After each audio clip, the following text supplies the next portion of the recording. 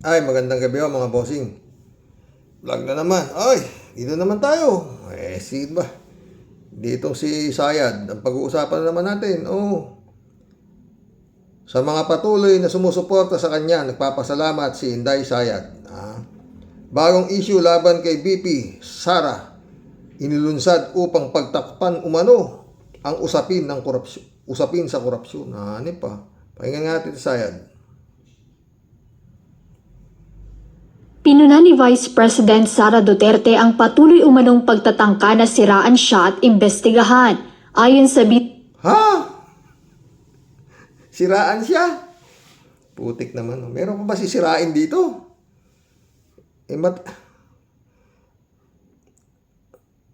Ano palagay naman nito? Buo siya. Para siya sirain. May tsura Kalat ni bata mo. Ay, naku, kalati ka.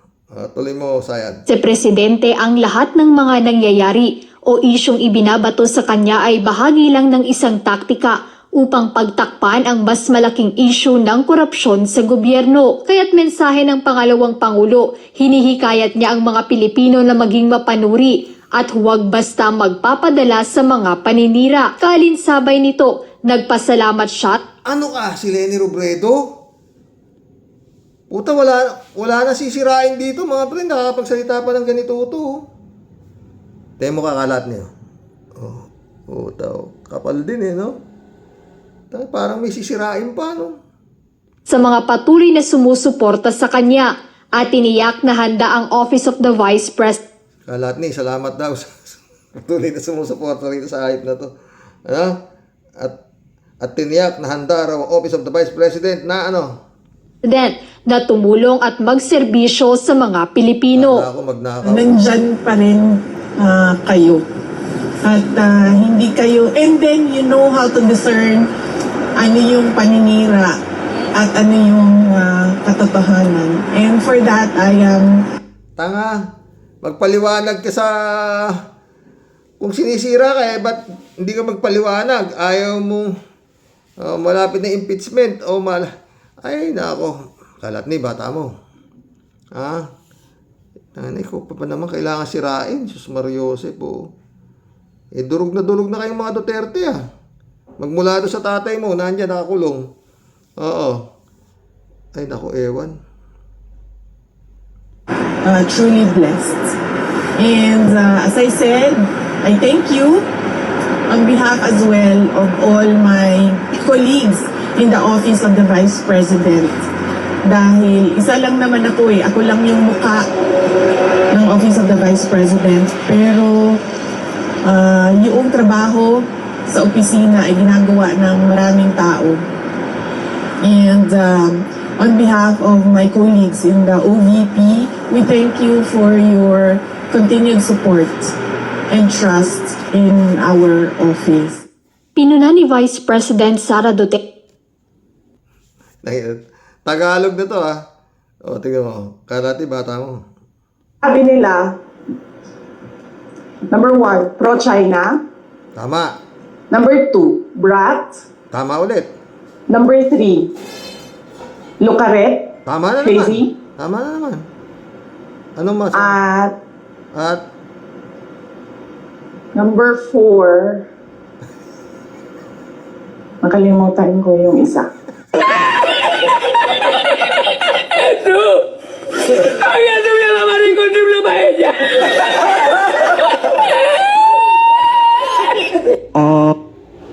Buisit. Apat na lang, nakalimutan mo pa. Ano ba yan, Sarah? Number 1 daw, maka-China. Number 2, brat. Number 3, lukaret. Yung number 4, nakalimutan.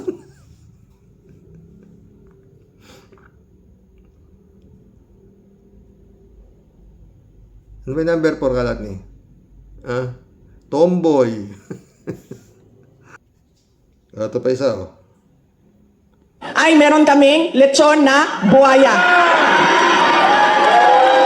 Promise. Kanina lang ay tumawag ang Crocodile Park. At sinabi nila sa akin, bibigyan namin ang prayer rally ng lechon na buhaya. Sa Davao City ay meron kaming lechon na buhaya. Promise. Kanina lang ay tumawag ang Crocodile Park at sinabi nila sa akin, Puta, mantakin niya yan, oo. Puta. May naniniwala pa ba dyan? Sa totoo lang mga boss, no? Talagang ano na lang to, ewan ko kung anong kapal na mukha meron to, no? Kalahin mo sinasabi, gusto lang daw siya siraan, mga ganon. May sisirain pa ba dito kay Sara Duterte na to? Maliwanag ko talaga sabi nga ni Montulfo, baliw ho ito. May sayad talaga. Hindi man tayo naggagaling-galingan pero puta, may ganyan ba namang klaseng vice-presidente? Oh. May ganyan bang klaseng congressman? Si Pulong? Ewan ko pa paano. No? Basta, pag ito hindi talaga umabot ito ng eleksyon at nakapag-file ng candidacy ito, tapos na ang Pilipinas. Malaki yung kabaliwan di ba? Ito, papakinggan si Atty. Dino de Leon. No? Sa pagkakataong ito, makausap natin si Atty. Dino de Leon, Public Interest Lawyer at Trustee of Human Rights and People Empowerment. At syempre, isa sa mga bigating host ng With Due Respect. Magandang hapon po or magandang gabi, Atty. Dino. Alam ko, nasa New York po ba kayo? Tama po ba? Ngayon, nasa Hawaii, Jack. No? Wow, nasa Hawaii. Sa inyo, Jack, tsaka Ninya, tsaka sa lahat ng ating mga manonood at mga tagapakinig. Sana all, Hawaii. Sa anong oras po ba dyan ngayon, Oo. attorney? Ngayon, 11:30 p.m. ng gabi. Uy, Ay, ako, pasensya na. Mamaya patutulogin. Tignan niyo sumagot si Atty. Dino de Leon. Bilib ako dito. Kaya lang kaboses ni ni Harry Roque. Pero talaga bilib ako dito mga friend. Ang galing. Puyat pa to Lagay na to Tingnan niyo. Ito sana mga ganitong klaseng tao ang manilbihan sa gobyerno. Oo. Ganitong mga klaseng abogado sa Senado o sa Kongreso. Hindi kagaya nila Kimo, anak ng putang ina. Kimo, si Budot, dito Lapid, anak ng puta. Ay, sana mga ganitong klase, sarap siguro manood sa Senado, mga debate, no? Po namin kayo. Nako, Atty. Dino, umalis kasi kayo. Pag kailan umalis kayo, ang daming nagaganap dito sa bansa. Kayo naman, chumechempo kayo Anyway, Atty. Dino, anong reaction nyo muna dito sa lumabas na sinasabing bagman daw ni VP Sara? Nagulat ho ba kayo? Paano natin kaya tatanggapin itong mga isinisiwalat niya ngayon? Well, alam mo, Jack, tsaka Ninya, kahit na wala ako dyan sa Pilipinas, kung maaalala ninyo, kanina lamang ay nag-file din kami ng plunder case dito kay Sara Duterte. No? Hindi bago itong mga testimonya ni Madriaga sa aming palagay when it comes to the honesty and integrity of the Vice President. No? Kitang-kita naman noon pa na napakaraming sangkot na ito si Vice President Sara Duterte sa napakaraming anomalya. No? Nakita na natin sa confidential funds kung paano Takin mo yun, napakaraming anomalya. Ang naniniwala na lang yata rito ng yung mga nagsusurvey. And ayaw nila ibaba yung survey, no? Plus, sisira yung pera ng bayan. Nakita na rin natin kung paano supposedly nilaro yung procurement sa DepEd. Laptops na nga ng mga bata, tsaka ng mga guro, tsaka ng mga kawani, nilaro pa raw yan. No? Nakita na rin natin yung pagwawalaan niya, na tinakot niya, at sinabing nagkontrata na siya sa papatay sa presidente, sa vice president, sa speaker of the house, sa first lady. Nakita rin natin yung supposedly akusasyon. Maiba muna tayo. Yan ba naman katakot-takot na kahayupan na yan? Hindi po niyo papansinin yung disbursement na inakyat ni Gadon. Kaya naman kayo.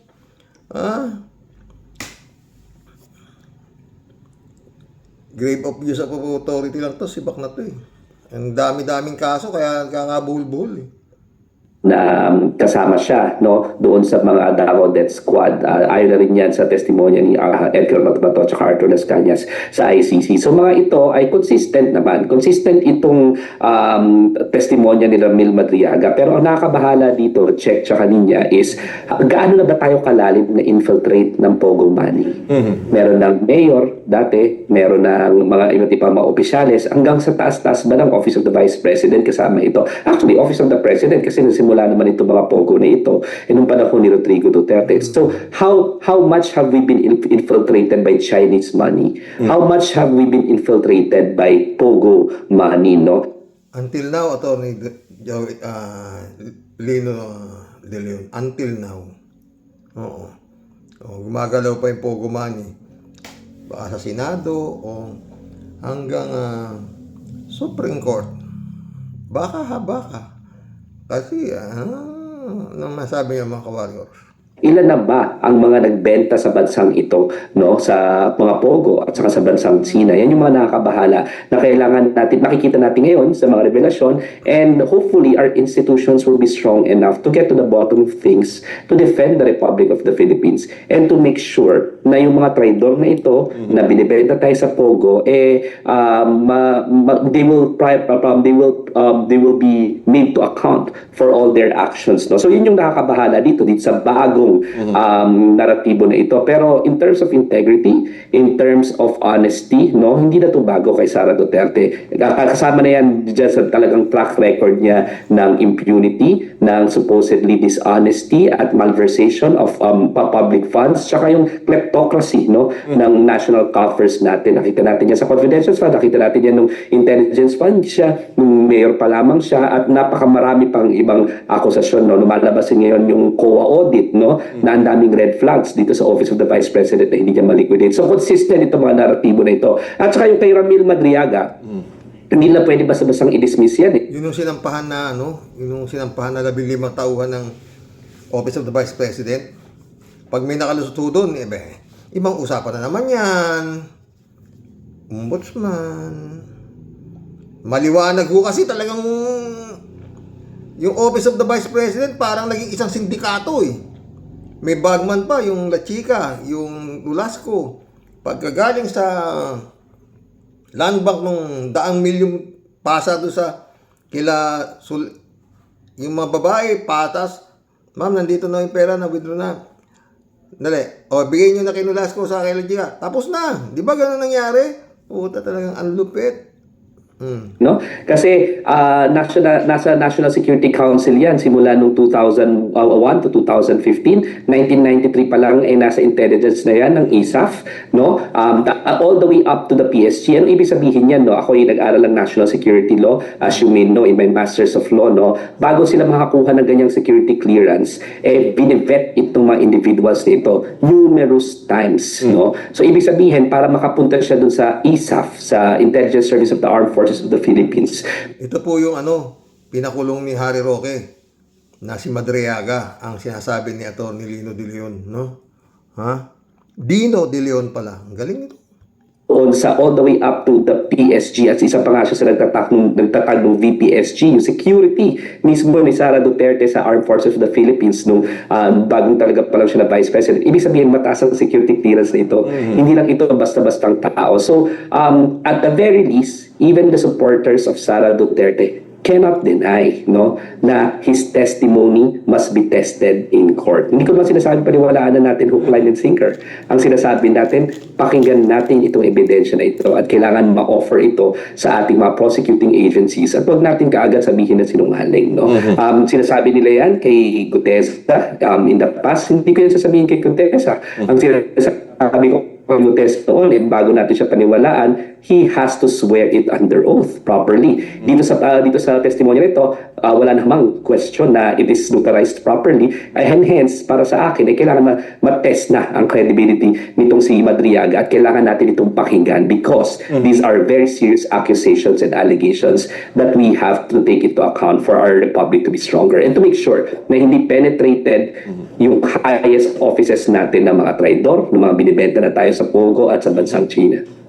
Kasama pa dyan yung mga kesyo pera rin daw ng mga drug lords. Oo. Yung bukod sa Pogo nga po, no, yung nagpondo umano sa kampanya ni VP Sara. So, kanina naman po ay nagsampa na ng plunder complaint ang ilang miyembro ng civil society. Ito po yung kasama ba kayo?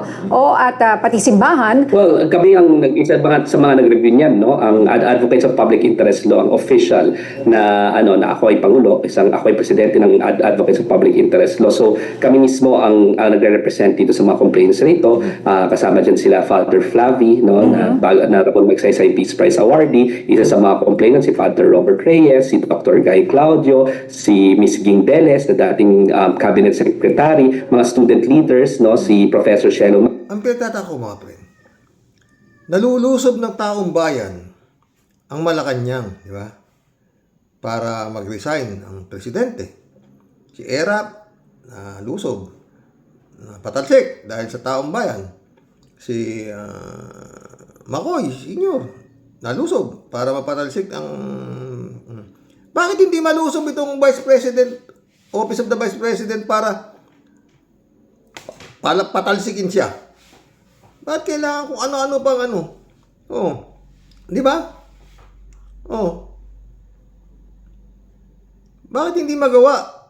Mas malakas yung Office of the Vice President kaysa sa Office of the President? Ba? Mga tanong di ba, mga friend? Kung napapababa ninyo, true people power, ang Presidente ng Pilipinas, ba't hindi nyo mapababa ang Vice Presidente ng Pilipinas? Oh, na walang ginawa kung di sa buti pa si PBBM, nagpapahabol ng kurap Oh, etong Vice President walang ginawa kundi, di ba? Tanong lang. Tuloy, Attorney Dino. So ang mga integrity ng mga taong ito when they peruse through the documents are very clear na naniniwala sila dito sa mga akusasyon, no? And dapat naman mapanagot na itong si VP Sara doon sa ginawa niyang paglustay ng confidential funds, 125 million in 11 days, tapos supposedly 1.6 million at... Tsaka dapat, yung salin yan 88 million lang salin yan. Tsaka yung tatay niya, 37 million. Puta na, anong klase? Dapat gumagalaw na yung AMLAC ba yun? Para kwentahin na lahat, pati bank account niyan, di ba? Malambot talaga ang gagawa di ba? Mabuti pa si Diskaya, medyo na-freeze na yung mga ano. Eto wala, dapat na-freeze na yung kila Pulong, dapat naka-freeze na yan. Puta, magliliwaliw pa sa ibang bansa, sa halip na ipini-freeze na. Kasi hindi may paliwaliwanag yung 51 billion. Malambot talaga. Si Bato, wala na si Bato. Natimbre yan Tatago na talaga yung lana. For safe houses. No? Saan niya ba tinago itong mga tao na ito, tapos yung liquidation, yung pang mga pangalan ng mga chichirya, no? So isa yan sa mga issues talaga na nilalagay namin doon sa plunder case, no? At ang nakakalungkot dito ang daming nadamay na mga kawani niya at mga nagtatrabaho under the Office of the Vice President na mukha namang pinayagan nilang magamit sila nitong paglustay ng pera ng bayan na ito. And Attorney Dino, di ba sabi nyo, isa kayo sa nag-file po, di ba? Doon sa plunder case. Kung sakali, pwede ba magamit yung affidavit na ito ninyo? May kailangang prosesong pagdaanan pa? Ang mangyayari kasi nito di ba? Yung complaint namin is complaint affidavit. Alam niyo dati sa sitwasyon na to mga friend,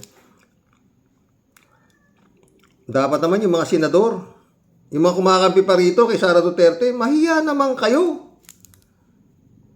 Garapal na yan. Lahat na sinabi na sa inyo hanggang ngayon. Aba, dapat sa inyo maligo ng holy water. Oo, iinumin nyo holy water. Abay, sinabi na sa inyo siya magiging presidente ng impyerno. Yun namang tatay niya, ihintay ko kayo sa impyerno. Takot si kanya Satanas. Putang ina, ngayon pumapalakpak pa rin kayo mga senador. Naniniwala pa rito. Kung kumita kayo sa Duterte, binigay nagamit naman kayo noong panahon niya. Hanggang ngayon ba naman? Di ba? Ang main naman na mga ebidensya dyan ay yung mga sworn statements na nakuha sa House of Representatives no, sa Quadco, RICOM, doon sa mga investigasyon na nangyari sa House of Representatives, no. Ang kapal niyan, alam mo bang ang isang file, no, composed of more than I think 15,000 pages.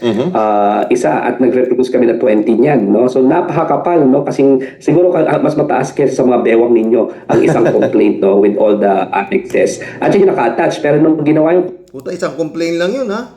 Grabe, no? Hirap Puta. Samantalang si Erap, kadli lang na pababa.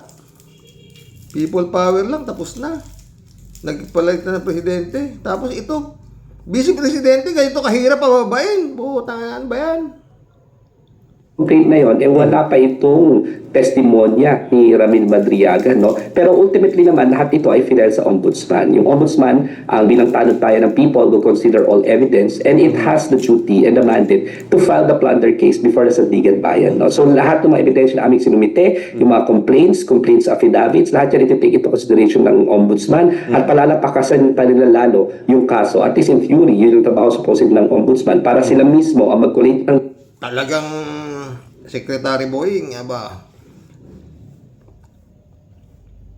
napakalaki ng bilib sa'yo ng mga tao ngayon na hindi ka pero yung tatanong nga ako, paano ba't kasi tinimbrihan mo si Bato eh? Yun lang ang tanong ko talaga eh. Pero ang daming naniniwala sa kapangyarihang nasa kamay mo ngayon. Ha? Ombudsman. Huwag mo naman biguin ng bansang Pilipinas. No? at ng mga ebidensya when they prosecute this before the Sandigan Bayan. So hopefully, they see naman na malakas naman ang kaso, may prima facie evidence naman tayo dyan, no? And para sa aking palagay, nung I peruse through all the documents, para sa aking palagay, napakalakas ng mga ebidensya, may reasonable certainty of conviction. So sana may isampa na sa Sandigan Bayan para ma-issuehan ng warrant of arrest, including yan sila VP Sara. Sa aming palagay, si VP Sara does not enjoy the immunity of suit, unlike the president, no, hindi pa naman siya yung presidente. And as such, dapat harapin niya itong mga serious accusation, lalong-lalo na ginawa niya naman ito while she's vice president. So just to be clear, sa mga kababayan po natin na nakikinig at nanonood ngayon, iba itong plunder case dito sa impeachment trial. Pero pareho po ba yung mga issue na binabato po natin kay VP Sara dito po sa dalawang kaso na ito? Yung impeachment complaint at saka ito pong plunder case. Sakop. Merong mga common allegations, but meron ding mga few pieces of evidence na lumulutang dyan, no? Yung mga testimonya na hindi necessarily inalleged doon sa impeachment complaint na ina-allege namin dito sa criminal complaint, no? So itong plunder na ito, hopefully the ombudsman will give it due. Nakikita niyo ho yun, no? Ayun, no? Lahat ho yan yung ipinail. Yan yung ipinail. Anak ng pating, ang dami.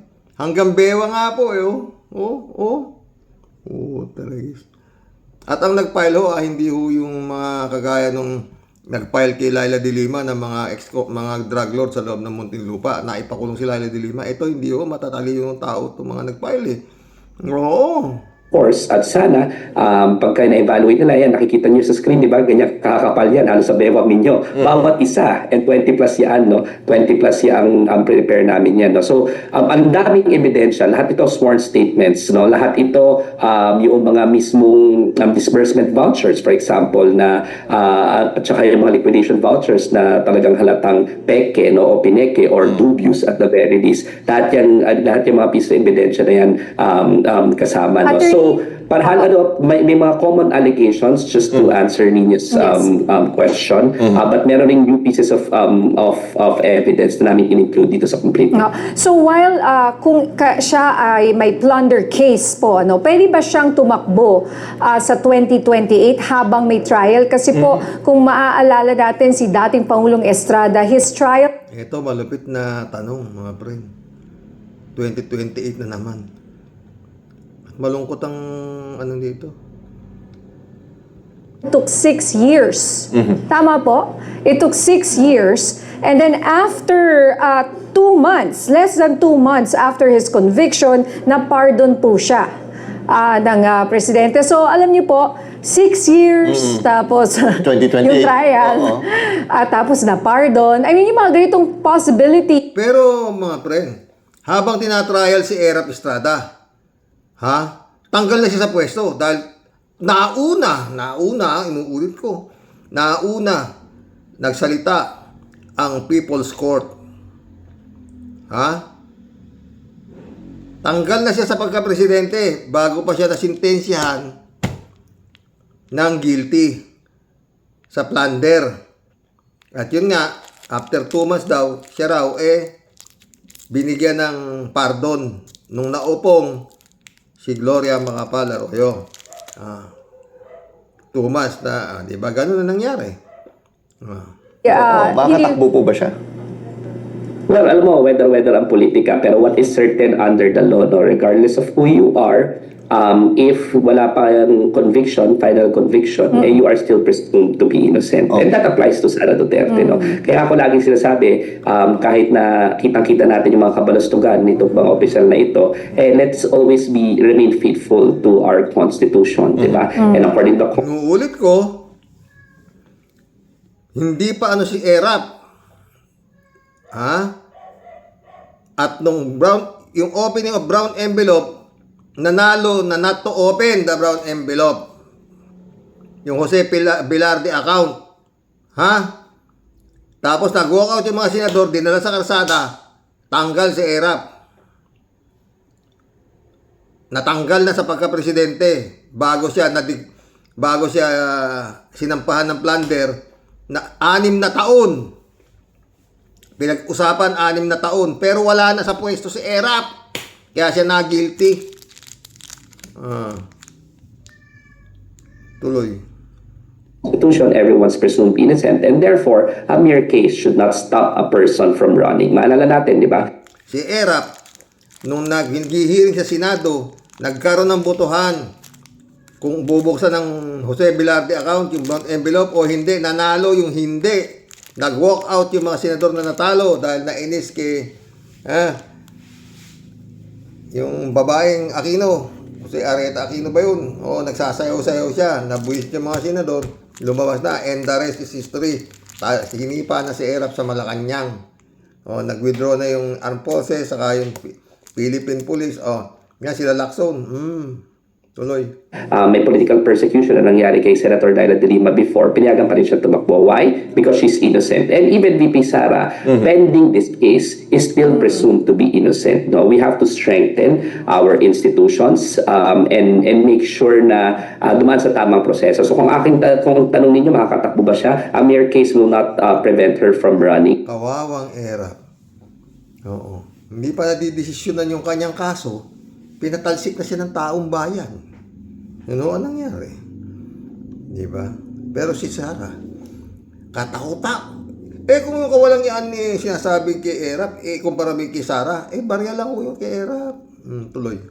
No, pero she might be in jail kung ang inisyuhan siya ng warrant of arrest at ito ay non-bailable, so magta-trial muna for the bail proceedings. No? So she might have to do, let's say for example, kung tatakbo man siya, she might have to do a Sunny Trillanes and a Laila de Lima and run their campaign from So, pero yun nga po, alam niyo naman ang mga Pilipino, maawa. Yun ang maganda. Sabi ni Atty. Dino De Leon. Kung sakaling masisintensyahan siya, Nobel yung pasok siya sa loob habang siya'y nangangampanya. Yun. Kagaya ni Laila de Lima sa ni Sunny Trillanes. Nanalo Tuloy. Kung kinulong si VP Sara, baka... Kung kinulong si VP Sara, baka... Alam niyo na po, maraming maaawa. Well, maraming maaawa, pero Hindi siguro. sabihin na maaaway, nagtatranslate yan sa vote. Well, naniniwala tayo ngayon, iba na rin naman yung nature ng mga Pilipino, hindi lang basta awayan. Tandaan natin, Siguro naman, mga host ng na yan, Ninya ba to? Siguro sa kakaawaan mo naman, maniwala pa ako, kagaya nila, Sunny Trillanes, na naipakulong na si Laila de Lima, naawa ang tao dyan. Pero puta, itong kakaawaan mo At maiboboto ba kung nakakulong si Sara Duterte, eh, sinabi na nga niya na siya ang magiging presidente ng impyerno. Napakatanga naman ng maaawa dyan. Di ba? 63% of the voters will be Gen Zs and millennials. Information are in their fingertips, no? At least in the 2028 elections. Makikita naman nila, ito mga akusasyon na ito kay VP Sara, hindi ito gawa-gawa. Unlike yung kay Laila de Lima na puro mga ex-drug lords, supposedly, and mga talaga mga convicted criminals ang mga witnesses. Dito kay Sara Duterte, hindi ito mga witnesses. Ang mga witnesses dito, di ba? Dati kang ISAF, intelligence person. Dito sa person ni Ramil Madriaga, ito ay mga disbursement vouchers mismo. Pumasok mismo ang funds, nirelease mismo ang funds sa OVP, hindi niya maliquidate ng maayos. Ang base of liquidation niya around 1.6 million per day para sa safe houses, no? Ito mga ganitong questionable, hindi ito inventong ebidensya na laway lang ang puhunan. It is supported by documentary evidence. It is supported by corroboratory testimonies. It is supported by people who actually delivered the money. So as opposed to any other accusations, no, napakalakas ng akusasyon kay Sara Duterte at makikita yan ng mga voters. No? Hindi lang ito basta away. It's a question of totoo ba ang mga aligasyon based on our own evaluation at kung makikita natin na malakas ang ebidensya, then huwag na natin tayo magpaloko. Huwag na tayo magpupunta. Hindi ko naniniwala magpapaloko pa mga kabataan. Attorney Sana nga po, nako, magdilang anghel po kayo. Kaya nga, Opo, we have hope and faith sa mga kabataan ngayon. Attorney Dino, ito na lang huling tanong. Babalikan ko lang yung sinabi mo kanina about yung kasi doon sa statement, di ba, ni Madriaga, siya ay pinondohan daw ng POGO to, yung campaign ni VP Sara. Kung matatanda na, i-connecta natin doon sa interview natin dati kay Sec Alunan, sinabi nga niya na may mga kandidato, pumapasok na sa politika itong China talaga at pupondo na sila ng kanilang mga kandidato. Ito kaya yung sinasabi niya? Ito kaya, posible kaya na ito yung binabanggit niya? Kumbaga dinadaan sa POGO yung funding ng kandidato na gusto nila. I was very involved in the 2016 elections. Lahat ng mga taga-print ng t-shirts, lahat ng mga taga-print ng mga baller IDs, alam ko nakuha na yun ng mga pinaka number 1 at number 2 na kandidato noon. Yung mga dilawan, sila Mar Rojas, di ba? At saka sila Grace Poe, no? Pero nung dumating, nag-declare si Rodrigo Duterte na late ng December, kung maalala natin, pagdating ng January, siya may mga pinakamagandang campaign materials, all imported from China. Yung mga baller IDs niya, gaganda. Maalala niyo yung mga t-shirts niya, no? Alam mo, as I said, one of the things that we've studied when I studied my Master's in National Security Law is yung tinatawag nating China strategy when it comes to the West Philippine Sea. Ang tawag dyan ay yung Pero maski na, kung hindi sinuporta ni Baba, nitong mga Ilocano si Duterte, talo. Ilan lang ang lamang niya kay Marojas, di ba? Kaso, sinuporta ni Baba kaya lang tinalo si Duterte, paulit-ulit. Pero si Duterte, hindi niya sinuporta si Bongbong, kaya natalo sa pagkabise dahil sinuporta ni Duterte si Cayetano. Yun. tinatawag nating elite capture. Ang doktrina ng China is they will win the West Philippine Sea without firing a single shot, no? Ang gagawin lamang nila is i-capture nila yung mga political elite at i-control nila kasi mas mura yon kaysa makipaggera sila, no? Alam naman natin na may mutual defense treaty tayo sa United States. Anong bottom line ito? Ang bottom line natin ito is kitang-kita na yung elite capture ng China, yun ang ginagawa niya by buying off certain political families na madali nilang mabibili at i-forward yung rhetoric nila na the West Philippine Sea is an issue that we cannot win. Makikita naman yan sa mga behavior ng ating mga politicians, no? Sino ba itong mga politicians na may pro-China rhetoric? Sino ba itong mga politicians na para bang Beijing ang kinikilingan? Sino ba itong mga politicians na never kinondena ang mga incursions ng China sa West Philippine Sea? Kitang-kita naman na yung mga Duterte has always been very close to China. Alright. So Naku, yan, patulugin na malinaw sa akin natin si part Atty. yung elite capture. Oo nga po, nako. Attorney, baka mapuyat pa 12 kayo. midnight na. Oo, dyan sa Hawaii. Ay, nako. Ganda. Wala akong binabasa si attorney. Tanong-sagot. Ang talino. Yan ang dapat sa mga senador. Ganyan to si Sayad, anak ng puto rin. Vice President. Nako. Simbang gabi na po mamayang gabi. Oo. Ay, nako. Ay, nangangaroling ako ha. Baka may marami kayong dollar dyan Mga mas maski konti ha. Jab Alvaro, shout out. Good evening, Sir Rock, sabi niya. Librado Ludovico. Blessed Sunday morning, Karox, and to all warriors watching from Edmonton, Alberta, Canada. God bless. Stay safe. Oy, wala ako sa lamin. Teka. Okay lang, Karox, kahit halo-halong topic ko. kayong mga didilis, aba, kung ang Diyos kawawa, kayo maging nawa kayo sa mahimbing na pagtulog. Kagaya ni Sister Grace Chingsay, gising na, tinamaan ka ng lintik na babae ka. May vlog ako sa kanya, friend, oo. Baliw no? Michelle Edwin Mike, shout out my friend.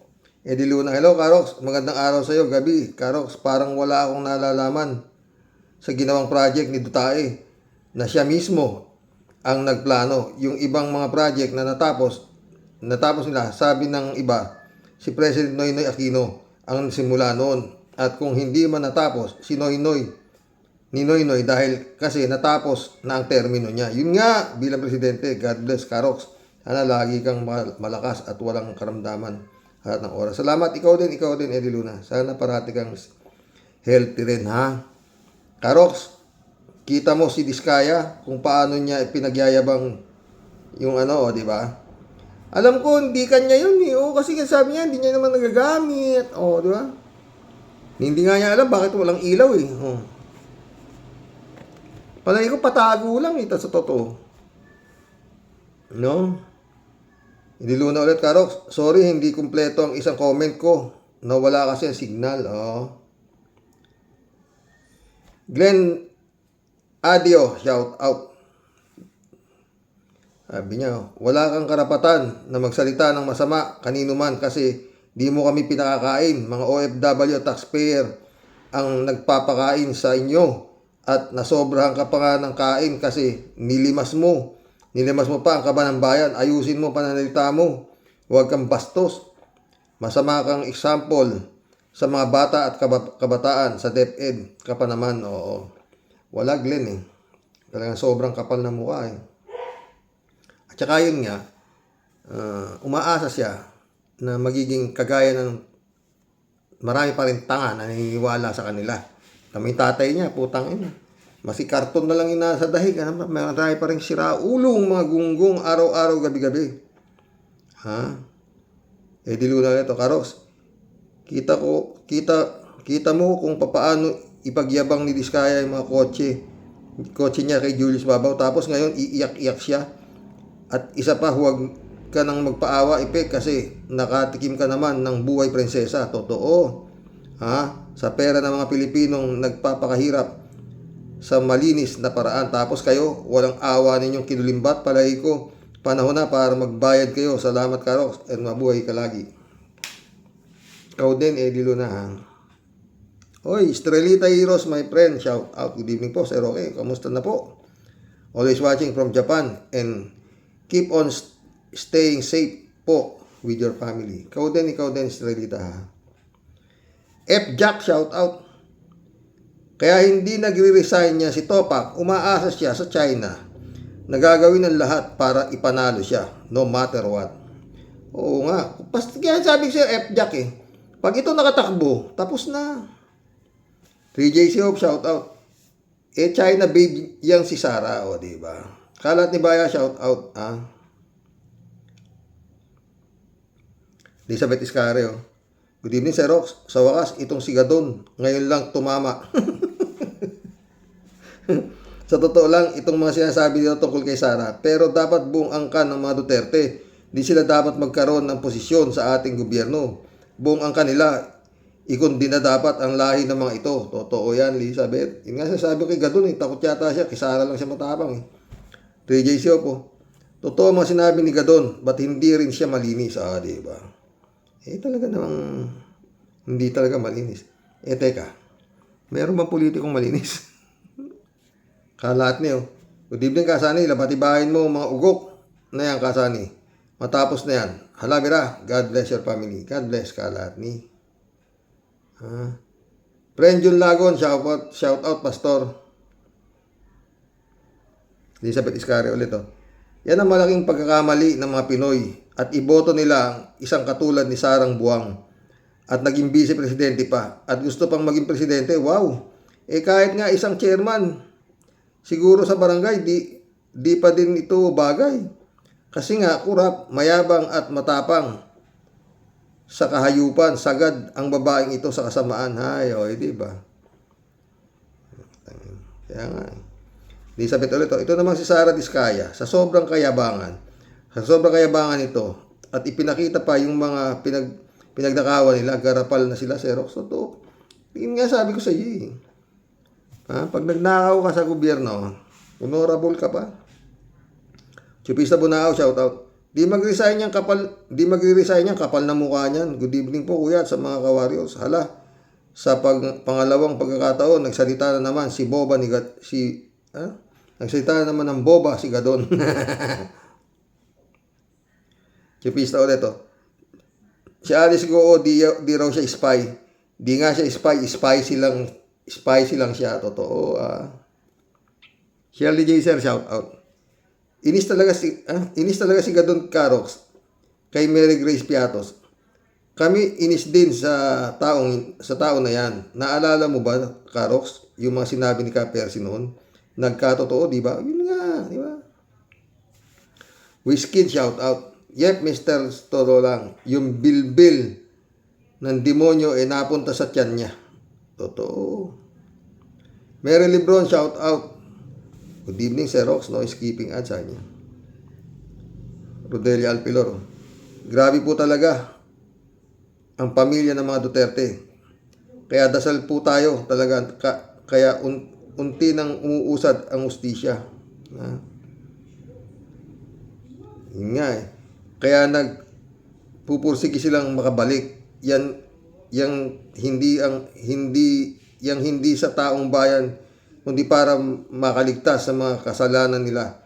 Kaya tayong bayan ang makakapagligtas tayo sa kasamaan ng mga DDS. Yan lang, Xerox. Salamat at ingat tayong lahat palagi. Have a blessed Sunday.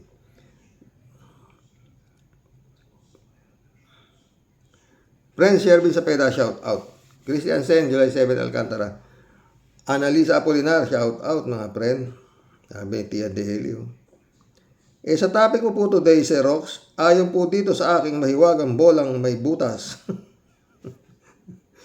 Kung si Kuting man po nakalusot doon sa Magic, taong bayan wala na pong nagawa, kundi magkibit balikat na lang at hinayaan na lang po siya sa kabila po ng katakot-takot na mga anomalyang nakita sa Magic Balota.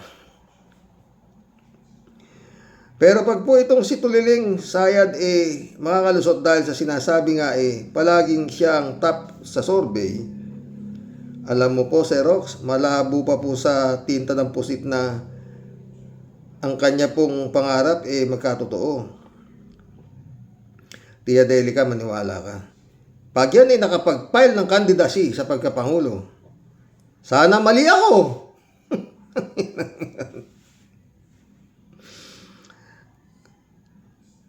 Sana mali ako.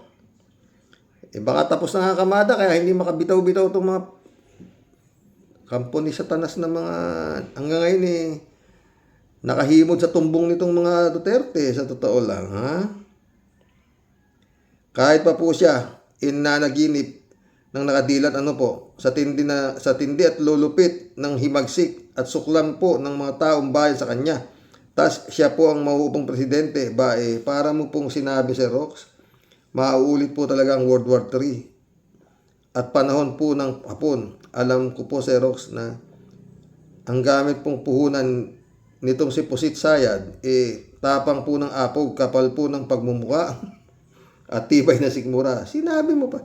Kasama po yung trilyon-trilyon na pera na kanila pong ninakaw, dinugas sa kaban ng bayan. Diyan lang po sa puro pagpapasarap po nila at ginawang parang nakasakay lang po.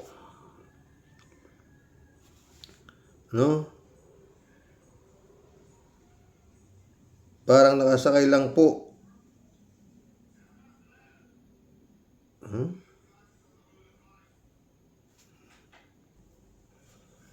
Ng LRT ang pamamasyal po nilang ng paulit-ulit kung saan-saang bansa.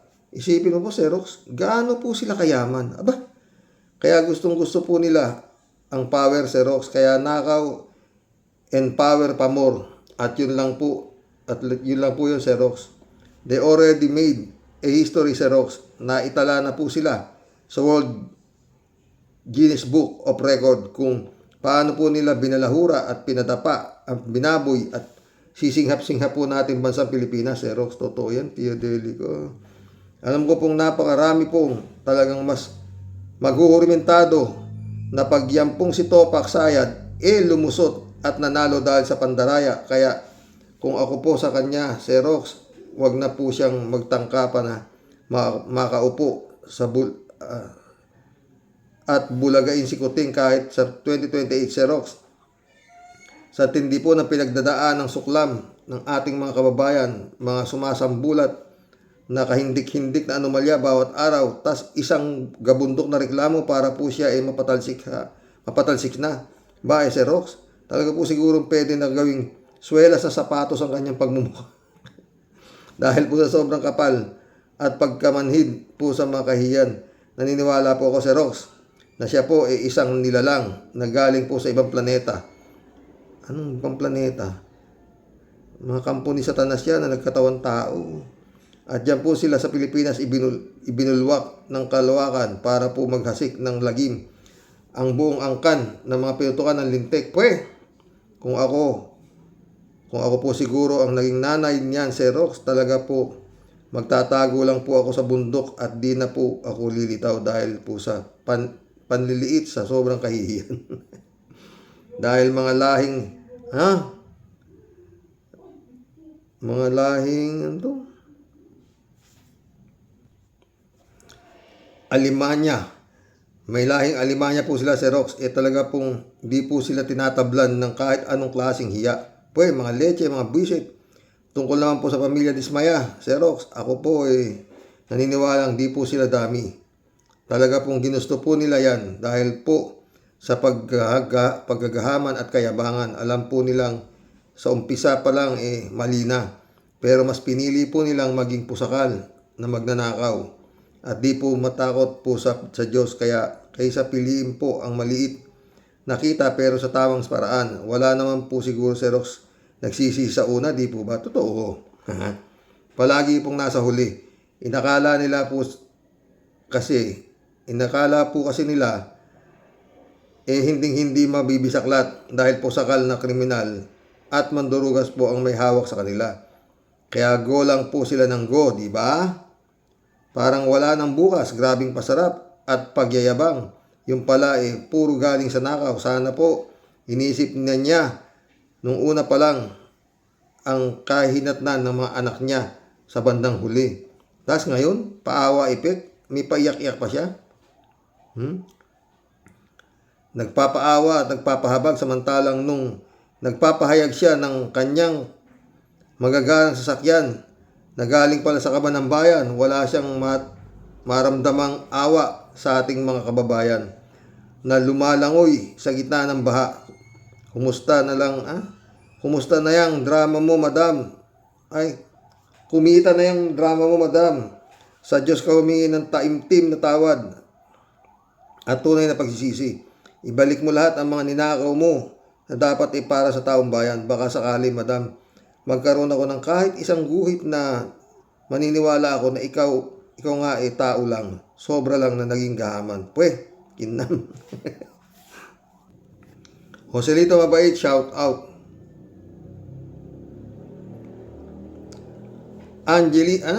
Angelito Salvador Jr., shout out. Kung makapagsalita si Gadon, anong walang alam? Napaka galing nga mangurakot Totoo yan.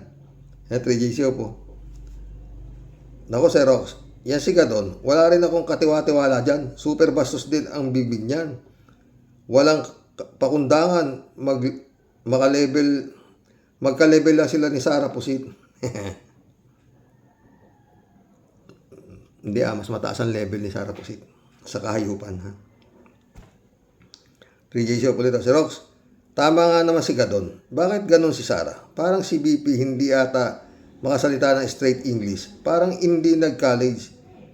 Hindi ko nilalait ang mga hindi marunong mag-English Ako nga, di rin naman makasalita ng English straight. Pero bilang isang BP ng bansa, No? Bilang VP ng bansa, bakit di siya mag-aral ng conversational English? Kasi kailangan niya yan, kanyang political career, lalo na't gusto pa niyang mag-presidente. Hindi na kailangan, Reggie. Ba't siya mag-aaral eh? Pwede naman. Ang tagal niyang mayor, maski na siya tanga. Yumaman na siya sa pagiging tanga, mag-aaral pa ba yan? Basta mahusay kang magmura, nananalo ka eh. Sa marami kang perang pantapal sa mga Marilo Pabian, good nun po tayo sa mga ka-warriors. Mahiwaga po ang buhay. Dati, kung todo ipagyabang ng mga diskaya, kayamanan, pero eto sila ngayon, mauwi sa kulungan ang kapalaran nila. Kasi nga, kinuha nila ang maling paraan at maraming Pilipinong nagbuwis ng buhay at nawalan ng kabuhayan. Totoo yan.